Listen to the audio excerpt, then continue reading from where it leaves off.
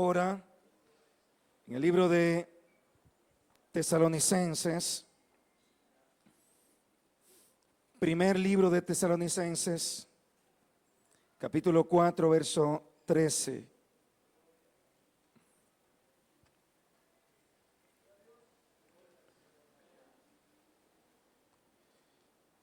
Primera de Tesalonicenses 4, 13. ¿Lo tienen? Leo para toda la iglesia, todo el que puede ponerse en pie, por favor que lo haga. Dice la escritura así: tampoco queremos, hermanos, que ignoréis acerca de los que duermen, para que no os entristezcáis como los otros que no tienen esperanza. Porque si creemos que Jesús murió y resucitó, así también traerá Dios con Jesús a los que durmieron en él. Por lo cual os decimos esto en palabra del Señor, que nosotros que vivimos, que habremos quedado hasta la venida del Señor, no precederemos a los que durmieron. Porque el Señor mismo, con voz de mando, con voz de arcángel y con trompeta de Dios, descenderá del cielo, y los muertos en Cristo resucitarán primero. Luego nosotros, los que vivimos, los que hayamos quedado, seremos arrebatados juntamente con ellos en las nubes para recibir al Señor en el aire, y así estaremos siempre con el Señor. Por tanto, alentaos los unos a los otros con estas palabras.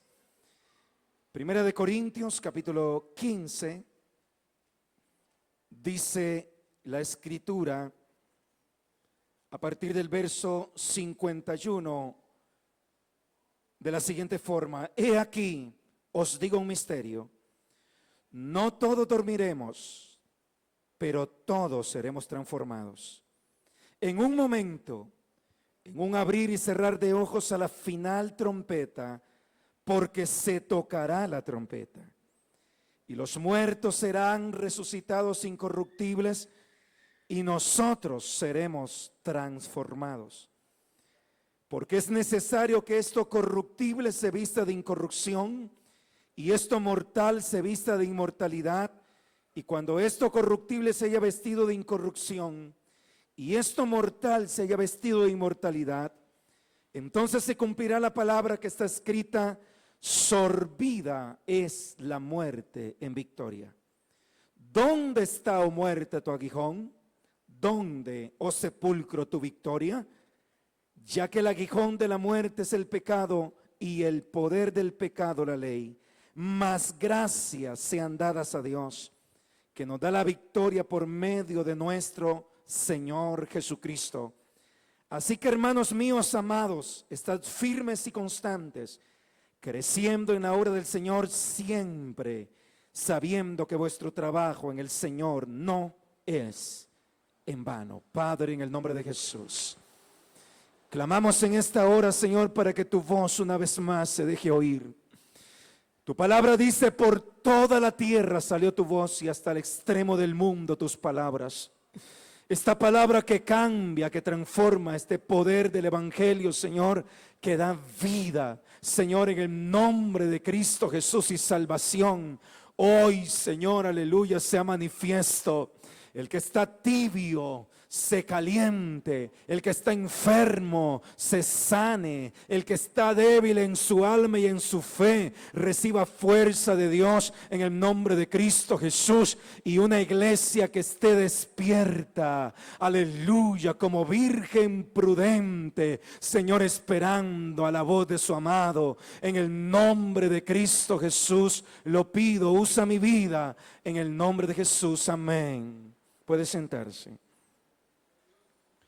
Estamos en la serie de estudios que hemos titulado El cumplimiento de la profecía o las profecías. Y dijimos que no vamos solamente a estudiar el aspecto escatológico que tiene que ver con un cumplimiento a futuro, sino que vamos a ver entonces también, y estamos viendo, lo que ha tenido cumplimiento. Hemos establecido de que la palabra profética, Dios se ha movido a través de la historia de toda la humanidad, a través de palabra que ha salido de la boca de Dios y que ha tenido entonces un cumplimiento. Nosotros tenemos aquí una escritura que mucho pueblo de Dios dice amén cuando la escucha, pero vive como virgen insensata, porque no tiene suficiente aceite en sus lámparas. Es una iglesia que dice amén, Cristo viene, yo lo espero, incluso dice yo me voy con Él, pero hay una parte de la iglesia que está viviendo sin aceite en su lámpara, y sin aceite usted escuchará el clamor del esposo, pero sin lámpara encendida el esposo llevará solo a las vírgenes prudentes. Quiero que me preste atención en esto.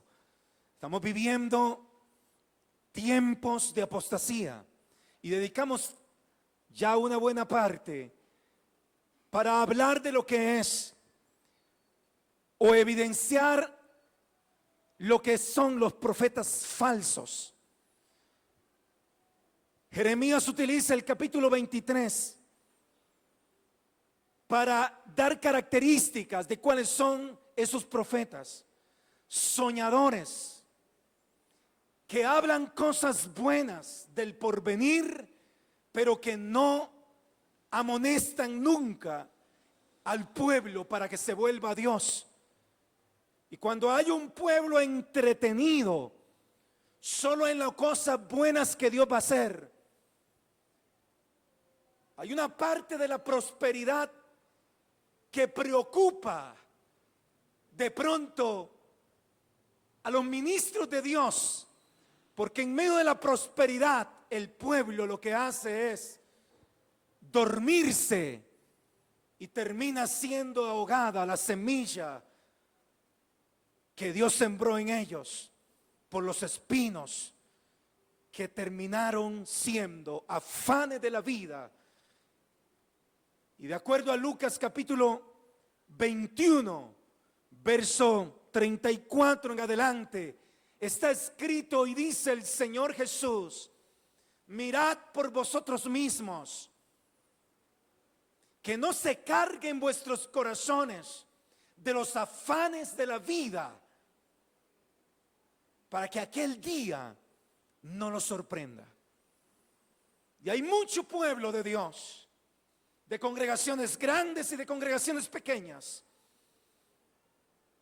que lo único que le interesa es cuánto Dios le ayuda aquí en la tierra, pero ha dejado de poner su mirada en el cielo. Ha dejado de pensar en la venida del Cristo el Señor por su iglesia. Entonces dice, sí, que Dios me resuelva mis problemas, que Dios me resuelva mis conflictos, que Dios me hable sobre mis asuntos, que Dios me hable sobre mi economía, que Dios me hable sobre mi salud y me sane, que Dios haga todo lo que tenga que hacer conmigo y que Dios bendiga a mi familia. Pero han dejado de tener en su agenda del día que ese día puede ser el último sobre la tierra, porque la trompeta sonará en cualquier momento. Así es que, pero ¿por qué nosotros? Y quisiera responder en los siguientes minutos a esta pregunta. ¿Por qué nosotros, cuando vamos a la palabra, tenemos por cierto, mire, y esto lo he mencionado, porque como predicador, usted de pronto pesa espiritualmente la atmósfera que hay en la iglesia. Y usted se da cuenta que es un mensaje que entra por aquí y que sale por aquí, y otros están durmiendo. Porque dice yo quiero decirle que desde 1985, cuando Dios me alcanzó, escuchaba con tanta fuerza sobre la venida del Señor. Pero la clave en esto está que cuando usted tiene por verdadero lo que Dios ha dicho y usted crea la palabra profética de Dios, el que ha dicho, yo les he dicho antes esto para que cuando suceda crean. Pero hay gente que se va a quedar aquí diciendo era cierto. Lo que predicaban sobre la venida del Señor era cierto. Tan cierto como que yo vi que estaba en una reunión de iglesia y se fueron 50 de los que estaban ahí o se fueron 30 de los que estaban ahí. Y yo me quedé tan cierto como eso. Y hay gente que ha pasado a la historia y dice sí, yo estoy escuchando desde eso hace tiempo y estoy casi que cansado. Ya no me impacta, ya no me revoluciona, ya no me cambia, ya no me produce gozo, alegría, expectativa. Aleluya.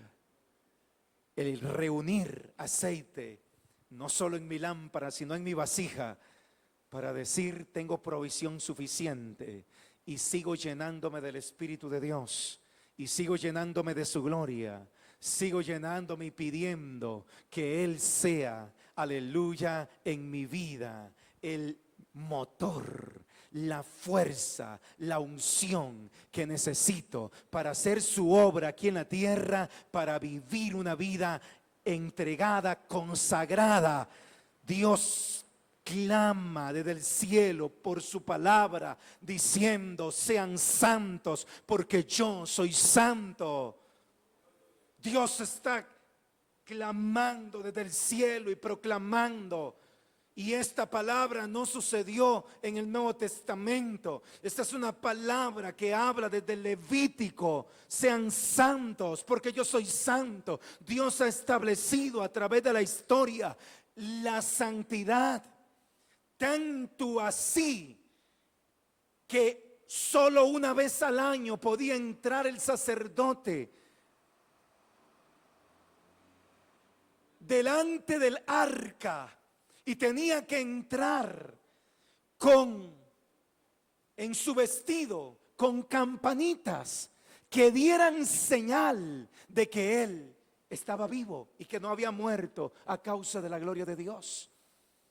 Que eso es un mensaje claro para todos nosotros que estamos aquí, que ante la presencia de Dios y al reino de los cielos no entrará cosa inmunda, no entrará, aleluya, nadie que esté sin haber sido lavado con la sangre de Cristo. No entrará los que por fuerza y por méritos propios creen que están logrando el cielo, sino aquellos que pueden decir, vine al torrente de la sangre de Cristo, mis pecados fueron limpiados y he vivido una vida consagrada delante del Señor. Y esta mañana me levanté diciendo, Señor, perdona mis pecados, perdona mis ofensas. Yo quiero vivir hoy y caminar contigo. Alabado sea el nombre del Señor. Pero ¿por qué tenemos tan cierta la palabra? ¿Por qué no es una fábula la que hemos leído?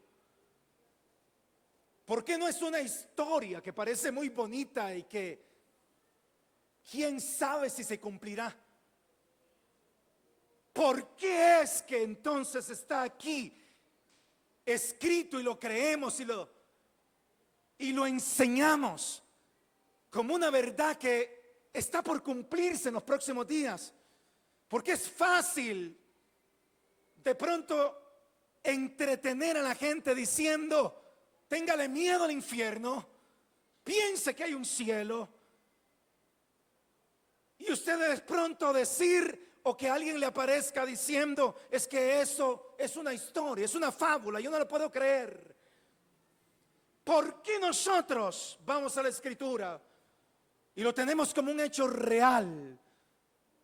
Porque el mismo Dios con voz de mando, con trompeta de Dios, descenderá del cielo y los muertos en Cristo resucitarán primero. Y luego nosotros, los que vivimos, seremos transformados. ¿Por qué creemos que esa palabra es tan real? Precisamente una de las razones es porque está escrita en el libro infalible de Dios.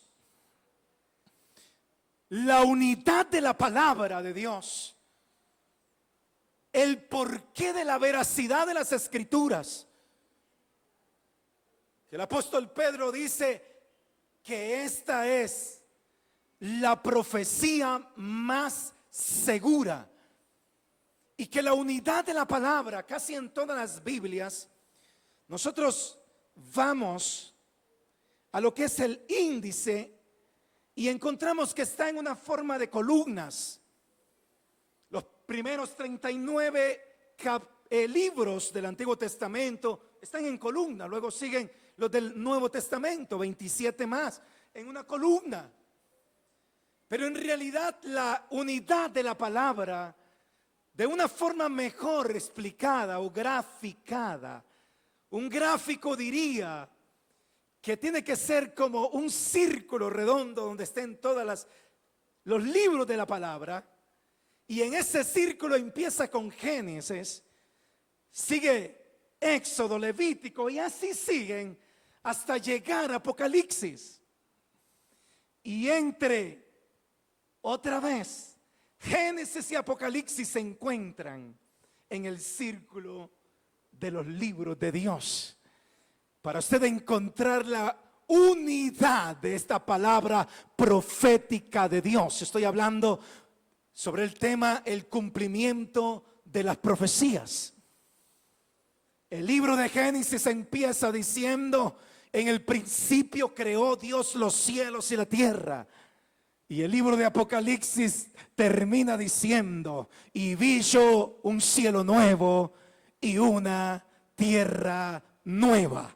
El libro de Génesis termina expulsando a Adán y a Eva del huerto del Edén y prohibiéndoles comer del árbol de la vida. Pero en el libro de Apocalipsis dice: y vi yo un árbol, y era el árbol de la vida, y en él estaban el fruto con el que comían las naciones. Alabado sea el nombre del Señor.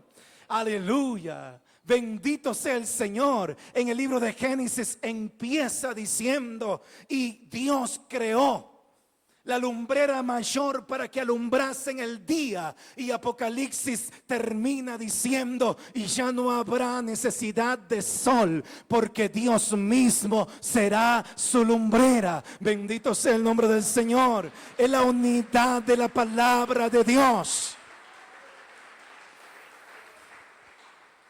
Y usted va a escudriñar y a encontrar todo ese compendio divino. Lo he dicho, pero voy a mencionarlo una vez más. Mira, usted encuentra el poder del Evangelio, el poder de la palabra, como ningún otro libro lo tiene. Por eso, una de las grandes declaraciones que la misma palabra da, lo dio el apóstol Pablo cuando dice: toda la Escritura es inspirada por Dios y útil para enseñar, para corregir, para redarguir, para instruir en justicia, a fin de que el hombre de Dios sea perfecto. Diga conmigo: perfecto. Las mujeres también: perfecto. Perfecto, preparado para toda buena obra. Es el libro que se escribió en un lapso de más de 1000 años por 40 autores diferentes, de profesiones diferentes. Job fue un granjero próspero. Amós fue un granjero pobre. Se dice que Juan, pescador, era un pescador rico, tenía varias barcas. Pedro tenía una barca. un pescador pobre.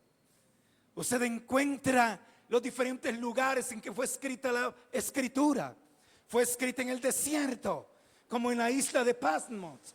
Fue escrita en Jerusalén, como también hubo escritos en Babilonia. Fue escrito, y a pesar de distancias, de tiempo y de lugares geográficos diferentes, la unicidad de la palabra de Dios se mantiene. Por eso la escritura dice: hacemos bien en prestar atención a la palabra profética más segura. Pero ¿por qué decimos que esto que estamos leyendo, que estamos estudiando, que predicamos, que esperamos, la iglesia de Cristo, lo que se llama arrebatamiento de la iglesia, ¿por qué no es una fábula? Ya di una, con muchas razones, pero dentro de ella entonces está la palabra profética. Usted encuentra en el libro de Génesis capítulo 15 lo siguiente: 15:13 dice: entonces Jehová dijo a Abraham: ten por cierto que tu descendencia morará en tierra ajena y será esclava allí, y será oprimida 400 años. Mas también la nación a la cual servirán yo juzgaré, y después de esto saldrán con gran riqueza. Antes de continuar aquí, yo quiero que vaya conmigo al libro de Isaías capítulo 44, que es un texto clave en medio de todo esto que estamos estudiando. Isaías 44, verso 7. El Señor pregunta a presentes, a gente que escuchará en el futuro, a adivinos, a astrólogos: ¿y quién proclamará lo venidero? Lo declarará y lo pondrá en orden delante de mí, como hago yo desde que establecí el pueblo antiguo. Anúncienle lo que viene y lo que ha de venir. No hay ningún Dios que pueda proclamar con antelación lo que va a suceder como lo ha hecho nuestro Dios. Se han levantado falsas profecías y falsos profetas diciendo que Cristo viene. El fundador de los mormones, el fundador de la secta Testigos de Jehová,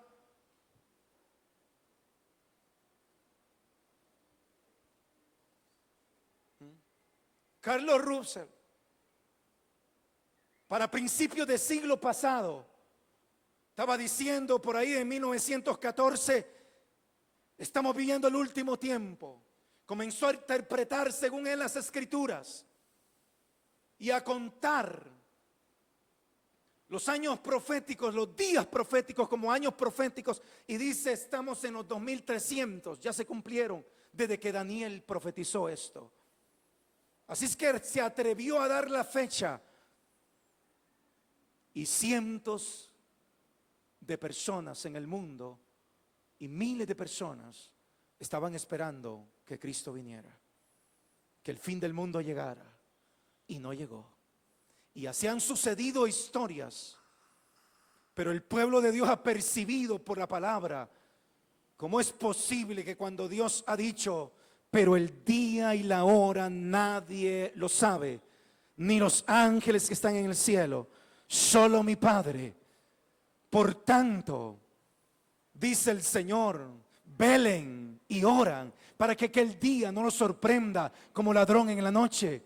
Está reservado en el Padre, en los secretos de Dios, las cosas reservadas, secretas, que se pertenecen a Dios. El Hijo dice: solo mi Padre sabe ¿Cuándo llegará el momento en que la trompeta final suene? Bendito sea el nombre del Señor, aleluya. Y esto es entonces cuando podemos nosotros evidenciar que estamos ante la veracidad de Dios, ante la veracidad del Espíritu Santo, ante la veracidad de una palabra segura que no tiene que ver con gente irreverente, con gente que termina haciendo y dando y atreviéndose de forma temeraria a hundirse ellos y a hundir a otros. ¿Por qué se da esto? Porque han llenado su corazón del orgullo de lo que llaman teología y han apartado sus oídos de una sincera búsqueda de la verdad de Dios en la palabra. Ningún lector honesto que haya leído este libro podrá decir esta palabra tiene contradicciones. Ningún lector honesto. La Escritura dice, iglesia, escudriñad las Escrituras. La iglesia de Berea, allá en capítulo 17 del libro de Hechos, fue elogiada por el apóstol Pablo, porque dijo, estos son más nobles que los de Tesalónica. ¿Y sabe qué significa nobleza? Dentro de ese contexto, son de mayor rango, porque escuchaban la palabra, la recibían con gozo. Es decir, no eran cristianos que estaban rechazando la palabra, ni que se estaban aburriendo con el mensaje, ni que estaban allí diciendo, no sé, esto. La recibían con gozo, la recibían con alegría, pero además de recibirla con alegría, dice que iban a sus casas a investigar para ver si lo que habían escuchado realmente era así. En el libro de Apocalipsis capítulo 2, verso 2, nosotros encontramos que de las 10 virtudes que el Señor le señala a la iglesia de Éfeso, antes de señalarle que estaba caída, le dice, te tengo que decir que dentro de tus virtudes has probado a los que se dicen ser apóstoles y no lo son, y los has hallado mentirosos. Una iglesia que comprueba, no solo para demostrarle a otros que su fe es firme, sino que el mayor bendecido cuando usted escudriña es su propia alma, su propio corazón, porque su corazón arde en fe, arde en convicción, arde en esperanza, diciendo, yo sé que mi Redentor vive y del polvo de donde esté, de ahí me levantará.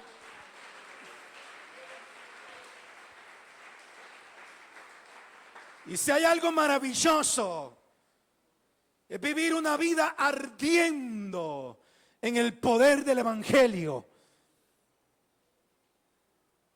donde usted no necesariamente tiene que escuchar un mensaje para ser despertado, sino que todos los días usted es predicador de su propia vida y de su propio, aleluya, corazón, para decirle, aleluya, alma mía, busca al Señor, clama a Dios, exalta su nombre, aprende, memoriza y sigue declarando y profetizando que nuestra redención está cerca. Pero ¿cuál es el mover de la iglesia? Hay que estarle muchas veces lanzando palabra a ver si se despierta. ¿Qué debería surgir con un mensaje de esto? Que el corazón que está ardiendo celebre más, Que el corazón que está ardiendo en fe y en convicción diga: celebro, esto es tiempo de trabajar antes de ser llamado, tiempo de orar, tiempo de buscar, tiempo de aprender, tiempo de afilar la espada, tiempo de entrenarme en la milicia de Dios. Aleluya.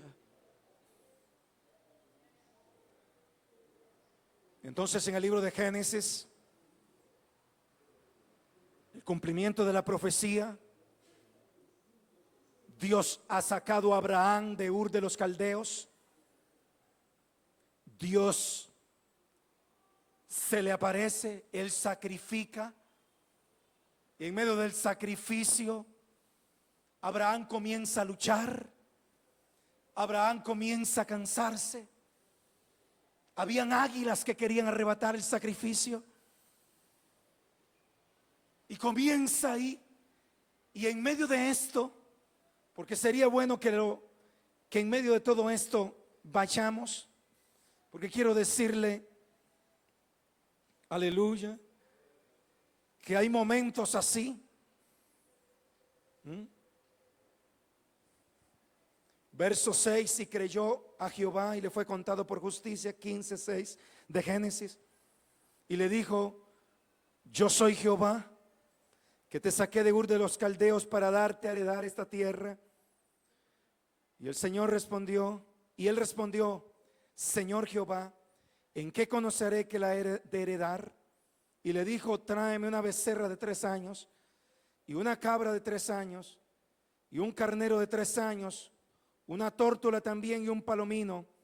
Y tomó él todo esto y lo partió por la mitad, y puso cada mitad enfrente de la otra, mas no partió las aves. Y descendían aves de rapiña sobre los cuerpos muertos, y Abraham las ahuyentaba. Mas a la caída del sol sobrecogió el sueño a Abraham, y aquí el temor de una gran oscuridad cayó sobre él. Escuche, mire y en qué momento le sigue hablando Dios. Al final del día, Abraham está exhausto, está cansado, le ha sobrecogido el sueño y le ha entrado temor también, porque hay una oscuridad densa. Pero está en un momento de trato de Dios. Déjeme hacer un paréntesis aquí para decirle que así es como Dios en este caminar nos lleva. Hay momentos que nos puede agobiar el cansancio o sentir que nos agobia, pero son en los momentos cuando Dios sigue tratando con nosotros. Hay momentos que parecen que las aves de rapiña o que el enemigo está listo para arrebatar y para hacernos daño y para decirnos que fracasamos. Pero ¿en qué momento se aparece Dios? ¿Y en qué momento deja Dios escuchar su voz para decir otra vez: Abraham, ten por cierto que tu descendencia morará en tierra ajena, y será esclava allí y será oprimida 400 años? Ahora veamos si se cumplió o no se cumplió lo que Dios le estaba diciendo con antelación entonces 4 siglos antes. Dios no le había dado todavía un hijo, pero Dios le está profetizando: todavía no tienes un hijo, pero de la descendencia del hijo que tienes, tu descendencia va a habitar en tierra extraña. Y le estaba hablando entonces de Egipto. Y usted encuentra en la Biblia que el Señor entonces, quien entra primero a Egipto, entra como esclavo, se convierte en príncipe. José hace traer a su familia, y que entre la familia de José y los que entraron con Jacob, 70 personas, 400 años después,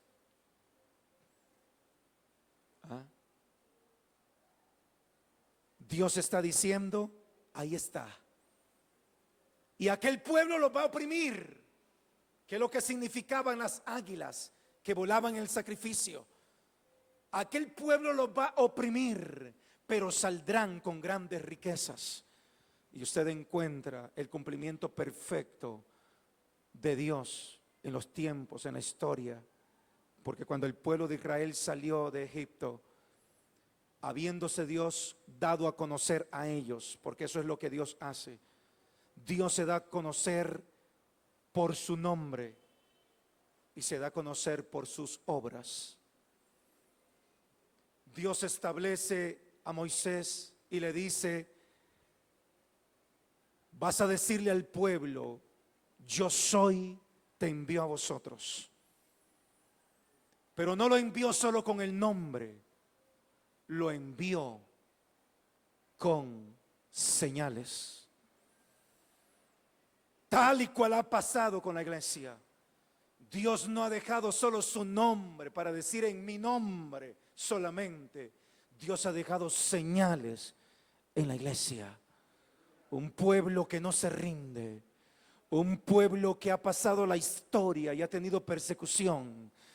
Un pueblo que tiene toda seducción del mundo, pero una iglesia que sigue diciendo, yo soy diferente al mundo, pertenezco a Cristo. Aleluya. Empezó y las señales, porque eso es nuestro Dios. El yo soy. Dice, pues vas a ir. Y usted conoce la historia. Plagas de moscas, plagas de piojos, plaga de ranas, plaga de sangre, plaga en el ganado, plaga de granizo, plaga de tinieblas. Porque el Señor había profetizado, tu descendencia vivirá en Egipto, pero yo juzgaré a la nación que los oprima. Yo la juzgaré, porque Dios nunca ha pasado por alto cuando uno de sus hijos, de sus hijas, de su pueblo ha sido oprimido, ha sido vejado o ha sido avergonzado. El que ha dicho, mía es la venganza, yo pagaré, siempre ha sacado retribución. Lo hizo con Egipto, lo hizo con Asiria, lo hizo con Babilonia, lo ha hecho a través de la historia. Bendito sea el nombre del Señor. A través de los tiempos, Dios ha seguido levantando bandera y dando retribución y juzgando a los pueblos que han oprimido, aleluya, a su pueblo. Nerón, uno de los emperadores romanos, persiguió casi al extremo de una mente desquiciada, tanto que la historia dice que incendió a Roma y culpó a los cristianos del incendio, porque en la mente y en el ego de él estaba construir una nueva Roma y el Senado romano no le daba la aprobación. Pero la iglesia, Dios siguió levantando victoria y bandera de victoria, que aun cuando estaban encendidos en la hoguera, se daban cuenta sus enemigos que ese que estaba siendo mártir era alguien que tenía un espíritu superior que lo hacía no doblegarse ante Roma. Un imperio no pudo doblegar a cristianos que fueron sacados de forma individual de sus casas para ser quemados con tal de que negaran a Cristo. Pero ellos allí seguían diciendo, doy gracias a Dios que nos tuvo por dignos de este llamamiento. Alabado sea el nombre de Jesús. Aleluya. Nosotros entonces, cuando vemos, y estoy hablando hoy del cumplimiento de las profecías, ¿qué sucedió en Pentecostés? En el libro de Hechos capítulo 2 leemos: cuando llegó el día de Pentecostés, estaban todos unánimes juntos.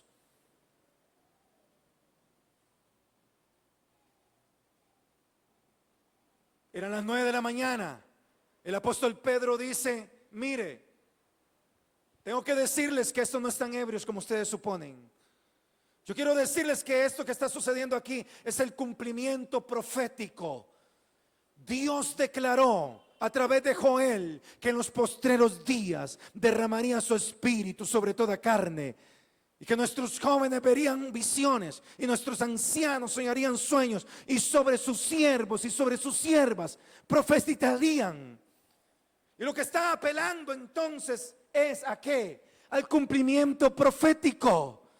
Nosotros vamos a la palabra y entendemos entonces, una vez más, déjeme hablarle, nunca ha existido en la historia un hombre que pueda decir que va a morir. ¿Cómo va a morir? ¿Sabe usted cómo va a morir? ¿Quién me escucha? ¿Sabe usted cómo va a morir? Pero el Dios que ha dicho que volverá, el Dios que ha prometido cielos nuevos y tierra nueva, Él vino a esta tierra y Él dijo, profetizado por la Escritura, cómo iba a morir. Y se escribió y dijo: como cordero fue llevado al matadero, y delante de sus trasquiladores enmudeció y no abrió su boca. En el Salmo capítulo 22, 1000 años antes, el salmista escribió y dijo aún las palabras que iban a ser dichas por Cristo Jesús en la cruz del Calvario. Y estando en la cruz, está profetizando David y diciendo: Dios mío, ¿por qué me has desamparado? Solo el Dios eterno, el que sabe poner en orden las cosas venideras, puede decir cosa semejante. Solo Él pudo decir, aleluya, que iba al tercer día a resucitar. A Dios sea la gloria. Bendito el nombre de Jesús. Y nosotros tenemos entonces un listado que hemos mencionado algunos. Solo voy a cerrar hoy diciendo una más. Para la próxima entraré entonces en lo que es ya temas de más futuro. Pero yo quiero que vaya conmigo al libro de Daniel, capítulo 2.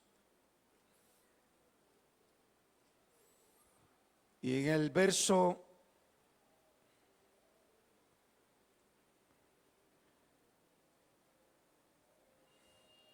25 dice: entonces Ariot llevó prontamente a Daniel ante el rey, y él le dijo así: he hallado un varón de los deportados de Judá, el cual dará al rey la interpretación.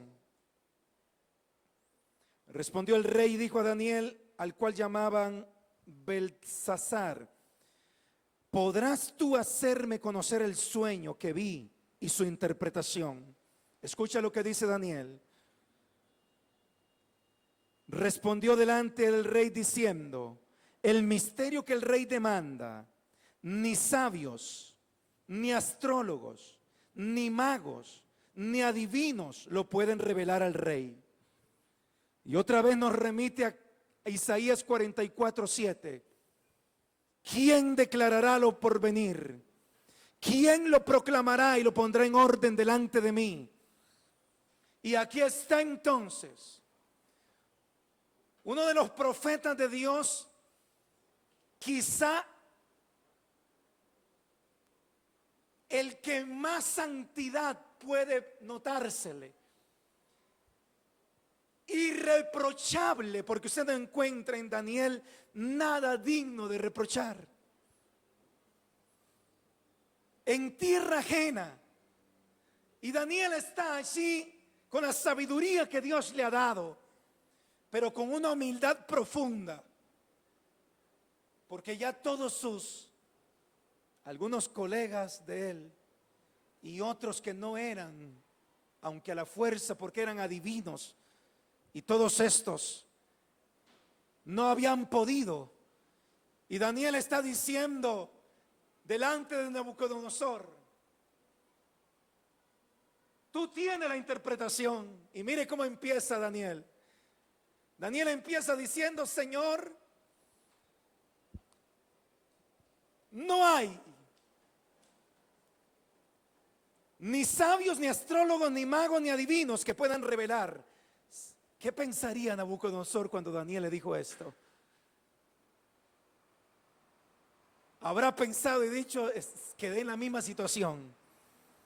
Para nada otorgué un plazo para que me mostraran el sueño. Para nada otorgué, porque lo mismo que Daniel está diciendo, los adivinos ya se lo habían dicho al rey. Es imposible, le han dicho, que alguien pueda darte a conocer el sueño y su interpretación, el sueño, porque nadie ha pedido cosa semejante. Y Daniel empieza diciéndole: rey, no hay astrólogo, adivino que pueda adivinar el sueño, pero hay un Dios, pero hay un Dios, pero hay un Dios en los cielos, el cual revela los misterios. Aleluya, alabe a Dios, proclame su nombre. Pero hay un Dios, y esa es lo que hace que usted y yo podamos decir: no hay nadie que pueda salvar, no hay nadie que pueda cambiar una vida, no hay nadie que pueda meter este depósito de fe en mí. No hay nadie que me pueda llenar de la fe y de la esperanza y del gozo que tengo, de la certeza y la convicción. No hay nadie, pero hay un Dios en los cielos que envió a su Hijo para morir en la cruz y resucitar al tercer día, que hace que las vendas se caigan, que produce que los corazones viejos se vuelvan en corazones de carne, que mi vida y mi mente ya ha sido renovada. Pero hay un Dios que puede revelar los misterios de la eternidad para poder yo entender que hay cielo nuevo, que hay tierra nueva, que mi nombre está escrito en el libro de la vida, y que sin verlo con mis ojos naturales yo puedo obedecer lo que dice el Señor.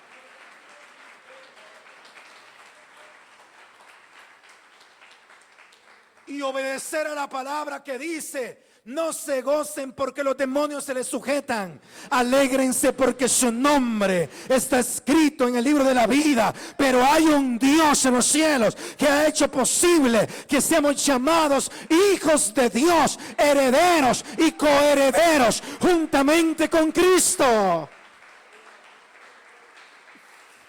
Aleluya. Y Daniel entonces comienza a mostrarle a Nabucodonosor. Y en los versos 31 le cuenta la interpretación y le dice, o le dice el sueño más bien: tú, oh rey, veías y aquí una gran imagen. Esta imagen era muy grande y cuya gloria era muy sublime. Estaba en pie delante de ti y su aspecto era terrible. La cabeza de esta imagen era de oro fino, su pecho y sus brazos de plata, su vientre y sus muslos de bronce, sus piernas de hierro, sus pies en parte de hierro y en parte de barro cocido. Estabas mirando hasta que una piedra fue cortada no con mano e hirió a la imagen en sus pies de hierro y de barro cocido y la desmenuzó. Entonces fueron desmenuzados también el hierro, el barro cocido, el bronce, la plata y el oro, y fueron como tamo de las eras del verano, y se los llevó el viento sin que de ellos quedara rastro alguno. Mas la piedra, escuche eso, y reciba revelación mientras leemos, antes de que lo explique. Y la piedra que hirió a la imagen fue hecha un gran monte que llenó toda la tierra. Este es el sueño, también la interpretación de él diremos en presencia del rey. Tú, oh rey, eres rey de reyes, porque Dios del cielo, y hoy tienen que escucharlo los gobernantes del mundo, porque el Dios del cielo, estos son evidencias de un adorador de Dios, le dice frente a Faraón, pero hay un Dios que conoce los misterios, y le está diciendo a Faraón, con todo lo que representaba su reino, su poderío, le está diciendo: el Dios del cielo te ha dado el reino. Tú no te pusiste ahí porque has sido muy bueno en tu estrategia de guerra para conquistar reinos y naciones. Tienes que saber, rey Nabucodonosor, que quien te puso en ese lugar fue el Dios del cielo.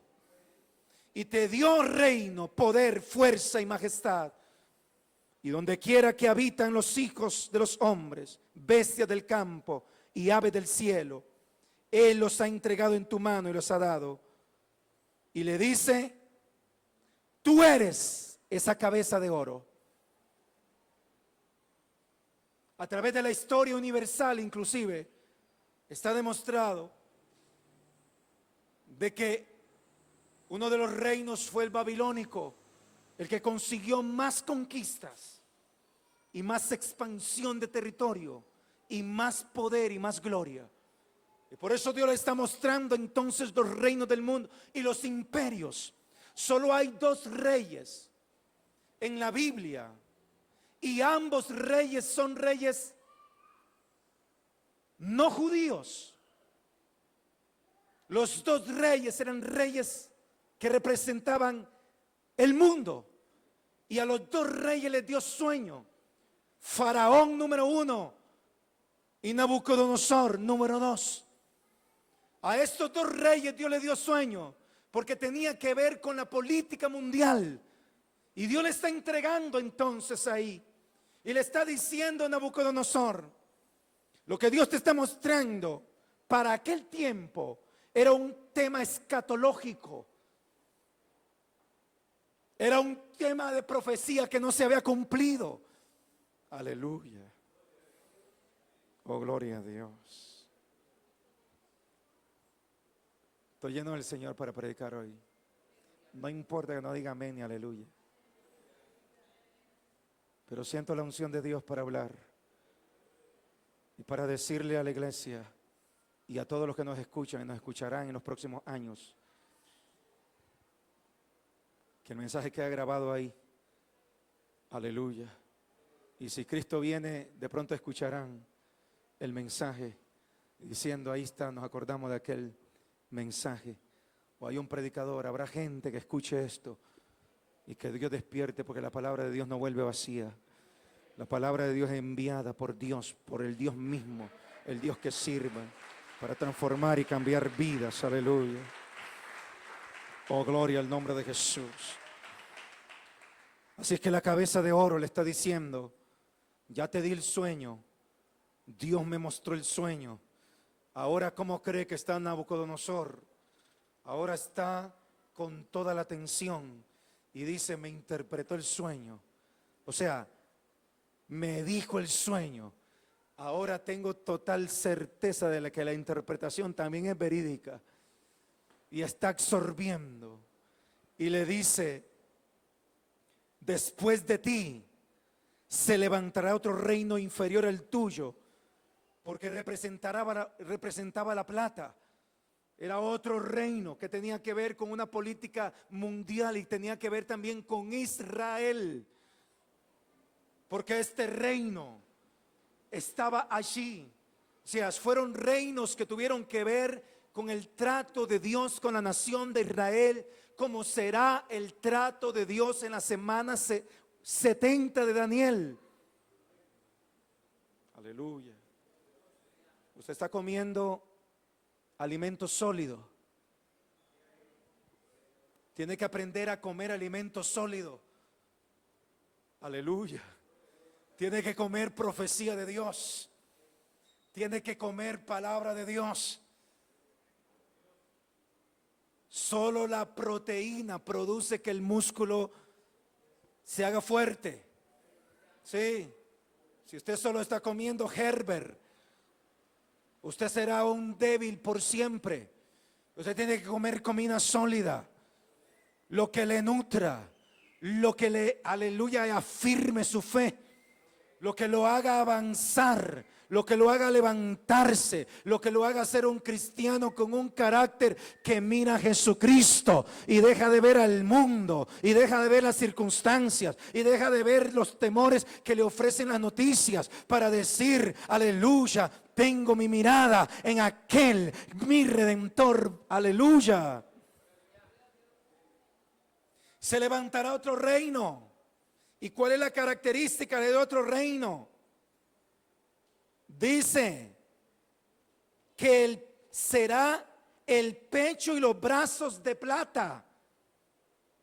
Y precisamente los brazos tienen que ver con los medos y los persas. Eran dos brazos, medos y persas. Eso le está mostrando, pero era inferior. Después de esto, estamos hablando precisamente que los medos y los persas entran en posición con Ciro, con Darío. ¿Después de qué? Después de aquella palabra escrita en la pared que decía Menel, Menel, Tekel, Uparsin, a quien Nabucodonosor le dio el trono a su hijo, a Belsasar. Dios le heredó el trono. Este hombre fue corrupto, trajo y hacía sus fiestas, profanó los utensilios de la casa de Dios. Ahí Dios lo cortó. Dios, para cortar el reino y empezar el reino de medos y persas. Medos y persas, yo no le digo si era el derecho o el izquierdo, cuál era cuál, pero Dios muestra medos y persas, un brazo cada uno de plata, entra en posesión allá en el año 536 antes de Cristo. Hay que tomar en cuenta que antes de Cristo los años se contaban como en retroceso, o así tenemos que entenderlo. No se contaban para adelante como lo hacemos nosotros, se contaban hacia atrás. Aleluya. Y luego de esto dice, su vientre y sus muslos de bronce. Y eso representa la caída del imperio persa, medo-persa, por Alejandro en el imperio griego, en el 536. Y luego de esto, le sigue mostrando y le dice sus muslos de bronce y sus piernas de hierro y sus pies en parte de hierro y en parte de barro cocido. La última parte de la imagen representaba el último gobierno o imperio que Dios le muestra en la estatua y le está diciendo, ese imperio será otro, en parte será fuerte como el hierro y en parte será débil y frágil como el barro. El imperio babilónico, el imperio romano, que es el que siguió después del imperio griego, viene a ser el imperio más extenso, 500 años, 300 años antes de Cristo empezó y 200 años después de Cristo continuó. Y ahí terminó entonces la muestra. ¿Qué es lo que estaba diciendo el Señor? Estoy mostrando al rey Nabucodonosor y estoy mostrando a mi pueblo lo que yo voy a hacer en la esfera política, a través de los tiempos y a través de la historia. Aleluya. Ahora, cuando usted va, repito, a la historia, usted se encuentra que esto sucedió tal y como está. Estoy hablando del cumplimiento de las profecías y de por qué entonces estamos tan seguros que estamos ante el libro que realmente es palabra de Dios. ¿Y por qué debemos de creer en su venida? ¿Y por qué debemos de creer en todas sus promesas? Porque lo que ha estado escrito y se ha cumplido fue Dios quien lo puso en orden con antelación. Y Dios sigue diciendo entonces: yo soy el primero, yo el postrero, yo el que hago que las aguas del mar se agiten, el que formé los cielos y la tierra. Dios el que se presenta y dice: yo soy Jehová, el que borro tus rebeliones y nunca más me acordaré de tus pecados. El Dios que se muestra con su nombre y el Dios que se muestra con sus obras. Ese es el Dios al que yo adoro, es el Dios al que le predico, es el Dios al que herederos de gloria proclama y debe de proclamar cada día desde su corazón, desde el altar de su alma, porque solo Él es digno. Y yo estoy para decir en esta hora lo que está escrito: alabanzas al Señor, al Rey de los siglos, al único y sabio Dios, al inmortal, invisible, sea honor y gloria por los siglos de los siglos. El Imperio Romano, desde el aspecto político, terminó, pero quedó su aspecto y su injerencia religiosa al culto pagano. Y es ahí donde el Imperio Romano volverá a resurgir en la semana 70, donde Dios termina su trato con Israel. Y la manifestación del anticristo y del falso profeta saldrán de la religión apóstata, idólatra.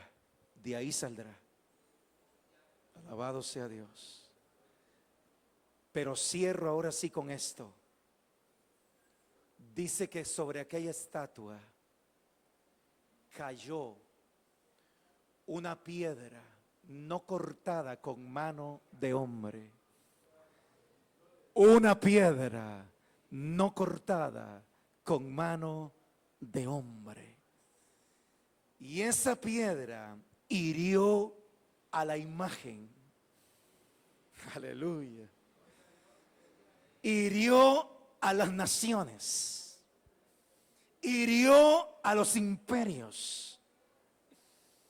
Porque esa piedra no es nada más ni nada menos que el Rey de Reyes y el Señor de Señores. Aleluya. Y fue hecha un gran monte que llenó toda la tierra, porque solo Dios llenará toda la tierra y se manifestará como la punta del iceberg en el milenio. Aleluya, su gobierno. Pero la Biblia dice: Su gobierno es sempiterno, no tendrá fin. El Olán, el eterno, el Dios, aleluya, que estuvo muerto, mas he aquí que vive por los siglos de los siglos. La piedra que no fue cortada con mano de hombre hirió la imagen, aleluya, y cubrió a las naciones. Póngase en pie en esta hora y damos gloria al que vive. Bendito el Señor. Gracias, Jesús. Te alabamos, te exaltamos, te proclamamos.